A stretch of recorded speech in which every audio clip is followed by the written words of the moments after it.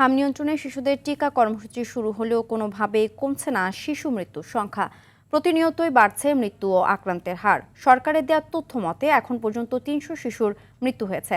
গেল ২৪ ঘন্টায় হাম ও হামের উপসর্গ নিয়ে ৬ শিশুর মৃত্যু হয়েছে। একই সময়ে হামের উপসর্গ নিয়ে ১১৮৬ শিশু হাসপাতালে চিকিৎসা নিয়েছে। পাশাপাশি হাসপাতালে ভর্তি হয়েছে ৯৮৯ শিশু।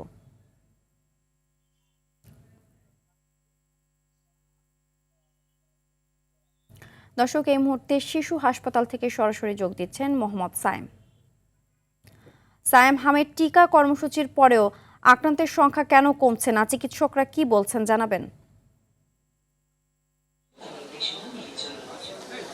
সিনথিয়া, আপনি জানেন যে দীর্ঘদিন ধরেই কিন্তু হামের প্রাদুর্ভাবে দেশের যে বেশিরভাগ শিশুরা কিন্তু আক্রান্ত হচ্ছেন এবং হামের যে প্রাদুর্ভাব এটা কিন্তু একটি সংক্রামক ব্যাধি আকারে এখন কিন্তু ছড়িয়ে পড়েছে, যে কারণে কিন্তু প্রতিদিনই শিশু মৃত্যুর সংখ্যা কিন্তু বাড়ছে এবং শিশুদের যে হামে আক্রান্ত হয়ে যে ভর্তি হাসপাতালে চিকিৎসা নেওয়ার যে সংখ্যা সেটাও কিন্তু নেহায়েত কম নয়। তার কারণ হচ্ছে আমরা যেটা জানি যে অন্তর্বর্তী সরকারের সময়ে যে হামের টিকা নিয়ে একটি টিকা সংকট বা আমদানি করা হয়নি, এ ধরনের একটি তথ্য রয়েছে, সরকারের পক্ষ থেকে জানানো হয়েছে। পরবর্তীতে সরকার হামের টিকার জন্য খুবই তড়িঘড়ি করে হামের টিকার জন্য কিন্তু সরকার উদ্যোগ নেয় এবং তৃণমূল পর্যায়ে হামের টিকা দান কার্যক্রম কিন্তু শুরু করে। এরপরেও কিন্তু হামের যে এই সংক্রমণের যে সংখ্যা সেটা কিন্তু এখন পর্যন্ত কমেনি। এবং আমি আরেকটু তথ্য আপনাদেরকে জানিয়ে রাখি যে সরকারি যে হাসপাতালগুলো রয়েছে তারা হামের যে স্যাম্পল কালেকশন করে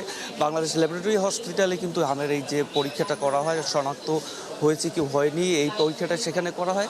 আমরা যতটুকু বিভিন্ন গণমাধ্যমের সূত্র মারফত আমরা যতটুকু জানতে পেরেছি এবং সুনির্দিষ্ট কারো বক্তব্য না পেলেও আমরা যতটুকু জানতে পেরেছি যে হাম শনাক্তের জন্য যে কিট দরকার হয় সেক্ষেত্রে কিন্তু কিছুটা সংকট রয়েছে বলে আমরা জানতে পেরেছি। কিন্তু এখন পর্যন্ত দায়িত্বশীল কোনো সূত্র থেকে তারা কিন্তু নিশ্চিত করেনি।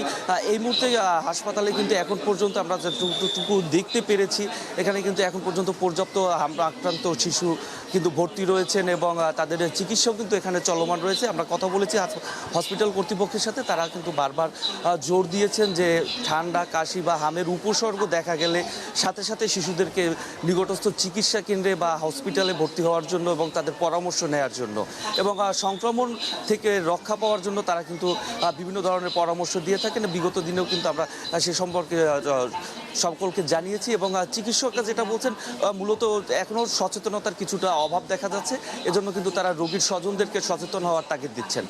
সিনথিয়া, এই ছিল আমার কাছে শিশু হাসপাতাল থেকে সর্বশেষ। ধন্যবাদ।